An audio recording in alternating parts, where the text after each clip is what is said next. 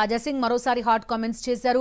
ఇటీవల బీజేపీకి రాజీనామా చేసిన రాజాసింగ్ తన ఎమ్మెల్యే పదవికి రాజీనామా చేయనని ఏం చేస్తారని ప్రశ్నించారు. పార్టీ కోసం పనిచేయడానికి కార్యకర్తలు సిద్ధంగా లేరన్నారు. ఢిల్లీ నుంచి పిలుపు కోసం ఎదురు చూస్తున్నానని చెప్పారు.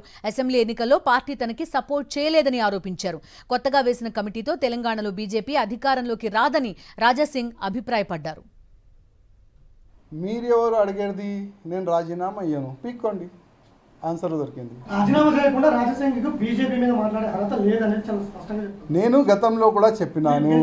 మీరు గెలిచింది బీజేపీ మీద, బీజేపీ మీద ఎట్లా విమర్శలు చేస్తారు అనేది కూడా. నేను మా బీజేపీ కార్యకర్తలు గొంతుగా ఇవ్వాలని నేను మాట్లాడుతున్నాను. ఏ రోజు నేను రాజీనామా ఇచ్చినాను ఆ రోజు కూడా చెప్పిన నేను మా బీజేపీ కార్యకర్త గొంతుగా నేను మాట్లాడతా. బీజేపీలో ఉండని ఉండకపోని ఇవాళ తప్పులు జరుగుతున్నాయి, దాని గురించే మాట్లాడతా, 100% మాట్లాడతా. దానికి ఎవరు ఆపలేరు.